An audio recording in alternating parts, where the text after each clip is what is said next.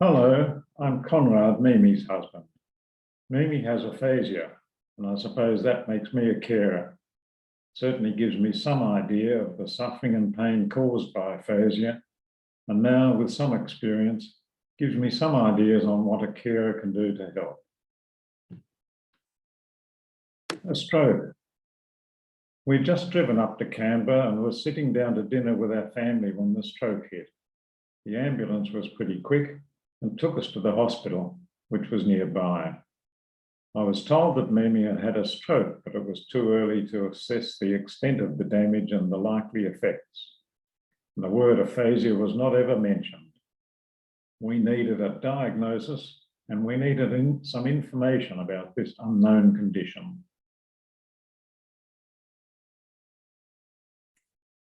We wanted to know, what is this condition called aphasia? Will it get better? What can we do to overcome it? And how can we live with it? We eventually found out that aphasia results from damage to some brain cells, commonly from a stroke, that affects understanding and comprehension, speech, reading, writing, and numbers. And we eventually learned that aphasia is a problem with communication, not intelligence or hearing. Now, this message is important for doctors and nurses, staff, and everyone, including families and carers. Will it get better?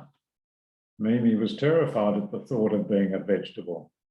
We asked everyone whether she would get better. The reply was always the same. She would improve for 6 months, tapering off by 12 months. And the message understood by Mimi was that she would never improve after 12 months. And how depressing is that? It's a life sentence. Clinicians should be positive and encourage people with the message that continual improvement is possible, but with personal effort and hard work. Now, what can we do about it? The most immediate things we could do were to seek as much speech therapy as we could get, start work on reading, writing, numbers, and listening, and practice speaking. Speech therapists are like gold, hugely valuable but scarce. They are with the patient for such a limited time. And they're also needed for partners and carers who are with the person all day and every day. We need professional advice too.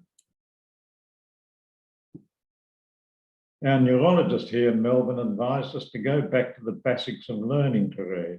So night after night, we would struggle with words and pictures in our grandchildren's little golden books. And slowly we progressed to sentences and eventually a whole page at a time. We also found a couple of excellent apps accessible with the iPad, and Mimi would work through these every day. And it was hard watching us struggle with these simplest of exercises, but she persevered and steadily improved.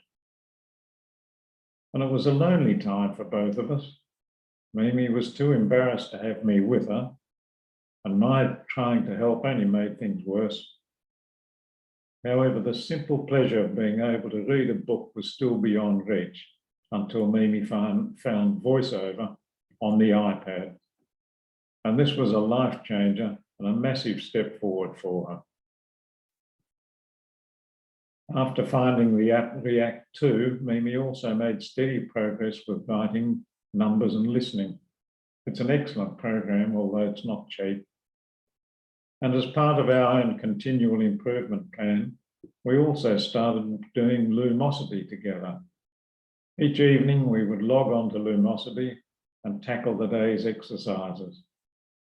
Doing Lumosity together, albeit at our different levels, it gave us something to share, laugh about, and talk about it, and we still do it together. However, living with aphasia is much more than just doing therapy and exercises. It's the constant difficulty with communication, the frustrations for both of us, fatigue and exhaustion, embarrassment, and the inevitable low times. For people with aphasia, speaking is a huge effort. It requires enormous concentration of thought and memory. and it takes time to find the words to go with the ideas. There's a huge difference between speech and conversation. Conversations are hard work and mentally exhausting for the person with aphasia, as they struggle to comprehend what has been said. The basic rules of conversing with people with aphasia are pretty simple, but rarely followed. Speak slowly, use gestures, have a pen and paper handy to write down words which are not understood, turn off or avoid background noise. In cafes, we always ask the staff to turn down the volume, and most of them do. And listen carefully to what the person with aphasia is trying to say, and watch to see that what you've said is understood. But do not change topics without making it clear. And most importantly, do not speak to the partner instead and leave the person out of the conversation. And this last point is so common. It happens all the time, even with family and friends and many professionals who should know better. Being left out of the conversation is incredibly hurtful, it's isolating, and it's depressing. But how do I help? Should I step in and ask people yet again to speak slowly and wait for an answer? Should I answer on Mimi's behalf when I see her struggling? Do I try and translate into simpler, more familiar words? Or should I try and move on from the conversation? All these attempts are fraught with danger. Instead of helping, I might just be embarrassing and demeaning her in front of everyone. It's a constant dilemma. Am I helping or am I demeaning? This dilemma over helping applies to everything, not just conversations. Doing things on Mimi's behalf unasked, even with the best of intentions, can be taken as a slap at her confidence and independence. I need to stick to the rule of help only when wanted.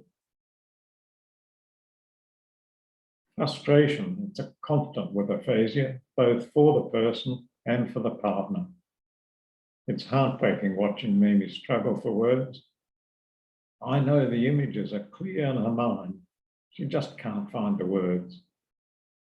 And it's just as frustrating for the partner, wanting to help, but having to guess what's wanted, getting things wrong as often as getting them right, and struggling to find ways to say things in a way that will be understood. And a trap for the unwary. The person's frustration with aphasia can quickly turn into anger, and that anger can be turned against you. Why can't you understand what I'm trying to say? Why don't you know the word I need? Take a deep breath before responding. One thing I particularly notice is the effect of mental fatigue. When we've had a number of days constantly with people, Mimi becomes mentally fatigued. Words which usually come out so well seem to desert her, and she has greater difficulty comprehending what people say. Her brain reserves have gone out and she needs a rest. A few days of peace and quiet and a few nights of good sleep. I'm sure you've all seen the signs on the highway. Only sleep cures fatigue. Another impact of aphasia is the embarrassment, particularly in the early stages. The embarrassment of not being able to understand simple words and not being able to get the words out. It's embarrassing and it saps away at her confidence. Early on, I expected that Mimi's confidence would be boosted by her own continued improvement, which was clearly obvious to me. But then I became aware that Mimi's actually not conscious of her own improvement. My theory is that Mimi registers only the times that she stumbles with words, but she doesn't notice the next time she uses the same word without any trouble. It's such a great pity that her own improvement is invisible to her. Mimi sees only her problems with words and not her progress, whereas I get real pleasure when I hear her use a word or a phrase that was previously a sticking point. However, there's still the low times of despair and depression when Mimi's reserves have run down. Unless you live with someone with aphasia, you can't understand just how difficult life is. From the outside, others see how well she's managing.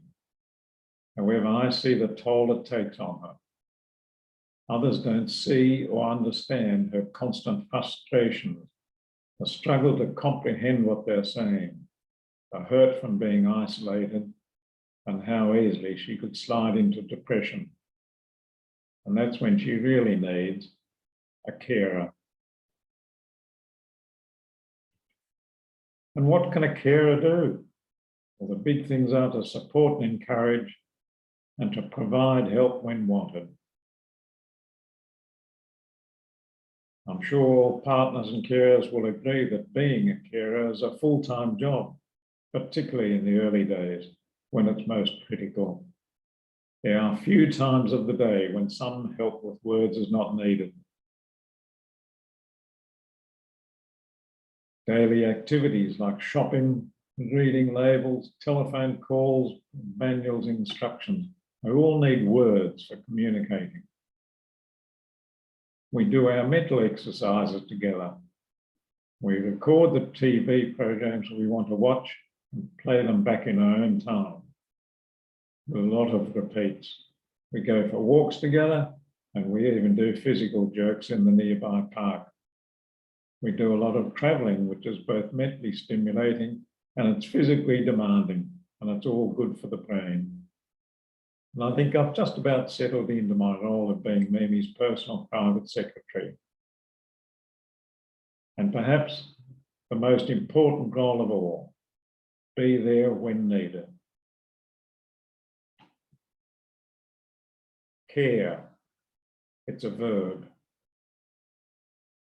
Thank you.